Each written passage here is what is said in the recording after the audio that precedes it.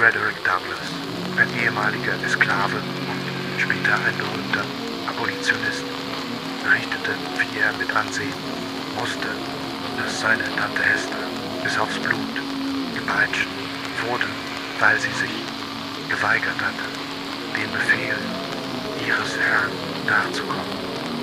Sie wurde an einen Haken gebunden, ihre Arme über dem Kopf, und dann fiel der Riemenschlag, Umschlag. Die Haut riss auf und das Blut lief ihr über den Rücken. Auch Harriet Jacobs, die als junge Frau versklavt und später geflohen war, schilderte, dass nicht die Arbeit auf den Feldern das schwerste gewesen sei, sondern die ständige Furcht vor den Launen des Herrn, besonders für Frauen nahe, jede Nacht bedeuten können, dass man seiner Lust ausgeliefert war. Ein anderer ehemaliger Sklave ist Erinnerungen in den 30er Jahren aufgezeichnet wurden, erzählte, wie der Aufseher sie mit der Peitsche schlug, bis sie bluteten. Wenn einer ohnmächtig wurde, galt es nicht als Entschuldigung. Man übergoss ihn mit kaltem Wasser und setzte die Schläge fort.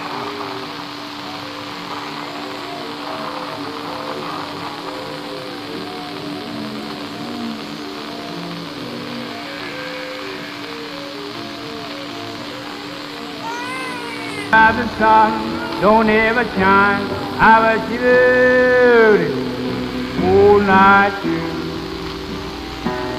My girl, where will you go? The sun don't ever shine, I was shivering all night through. My girl, where will you go? Pastor Wilkins of Chasing Our History. You are inside of a slave breeding house. You're inside of a slave breeding house. I promise you when I tell you this, there are spirits in this place, and you can feel them real heavy. There's a heavy presence of another presence that is not me, and you can clearly feel it. Look at this. They could be as young as 13 years old to lay on this bed, and slaves would sleep with them and produce children. Overseers would sleep with them. The master himself could be sleeping with them.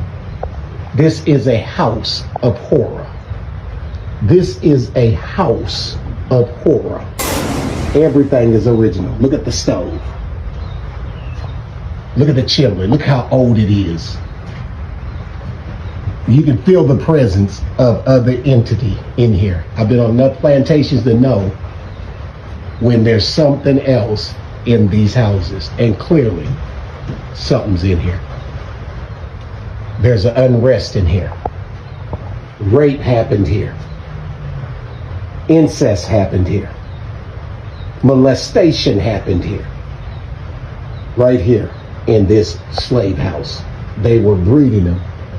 A 13-year-old could literally, or 12, could literally be laying right here producing children, up to 30 of them at one time. Look at that. You're at the Magnolia Plantation where they were breeding slaves. I'm Pastor Wilkins of Chasing Our History. Be blessed.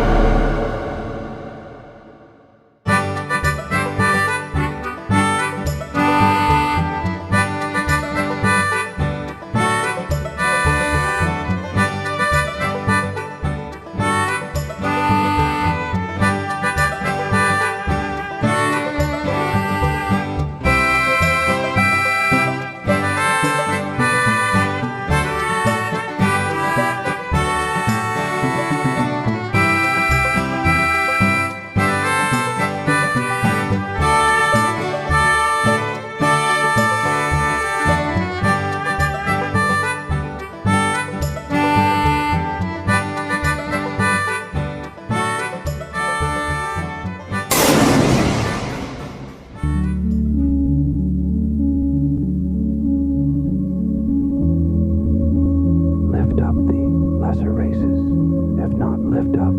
Subjugate. If not, subjugate. Exterminate. Eliminate.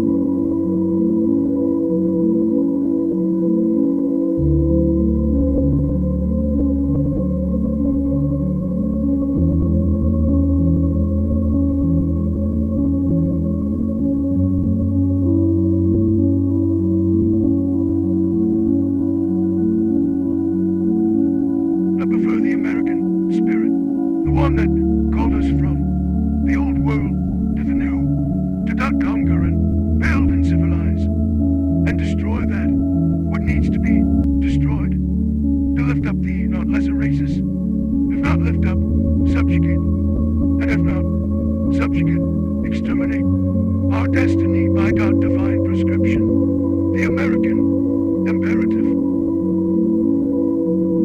Jetzt hier den amerikanischen Geist vor, jenen, der uns vom Alten in die neue Welt rief, zu erobern, zu bauen und zu zivilisieren und zu zerstören, was zerstört werden muss, die niedrigeren Rassen zu erheben, wenn nicht erheben, dann unterwerfen und wenn nicht unterwerfen, dann ausrotten. Unser Schicksal durch göttliche Vorsehung, der amerikanische Imperativ.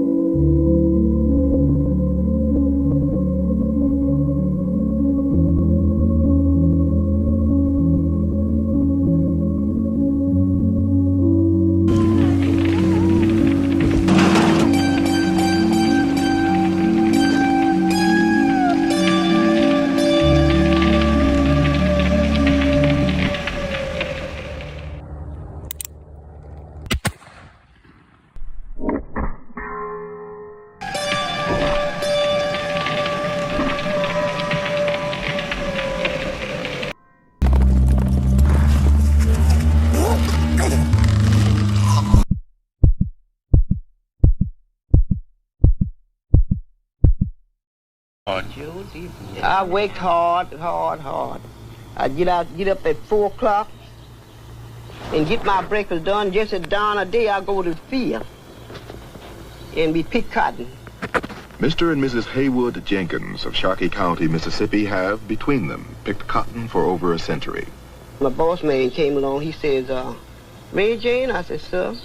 Says, I say, when you wash? I said, I washed last night. He said, I don't want you to do that no more. That's my agent, you know. He says, every Friday morning or Friday evening, you wash. And let all the children stay there with you until you get through. When you get through, then y'all can go back to the field and wait. Now, the agents was mean, some of them. Some of them was mean. They want to hook the colored people. And that time, the white man come along. He says, hey, but you ain't in the field yet? He just had started applying. He said, yes, I've just not had to eat my dinner. God damn it, you ain't doing a goddamn thing. Says, God damn it, I ought to take this damn stick and frail the hell out you. He said, no, he said, if you frail the hell out of me, God damn, I frail the hell out of you. It make me feel bad if I was under them, you know, how mean they was to treat us like that.